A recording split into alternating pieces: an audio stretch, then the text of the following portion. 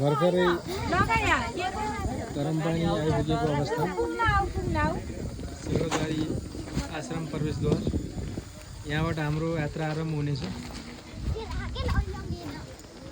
अहिले मौसम थोरै गएको छ त्यसैले राम्रोसँग देखिरहेको छैन।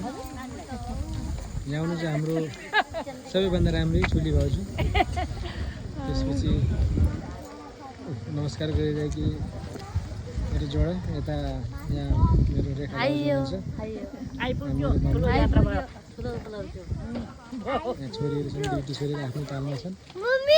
हाम्रो पुण्डिरे छोरा विनाजु साइलो आउनुहुन्छ यहाँ कान्छी बुहारी यानि कि कर्ताको कान्छी बुहारी भनौँ यहाँ पनि गर्दा हुन्छ एक प्रकारको। यहाँ हाम्रो सानो अब बाँकी कुरा माथि पुगेर गरौँला। अहिलेलाई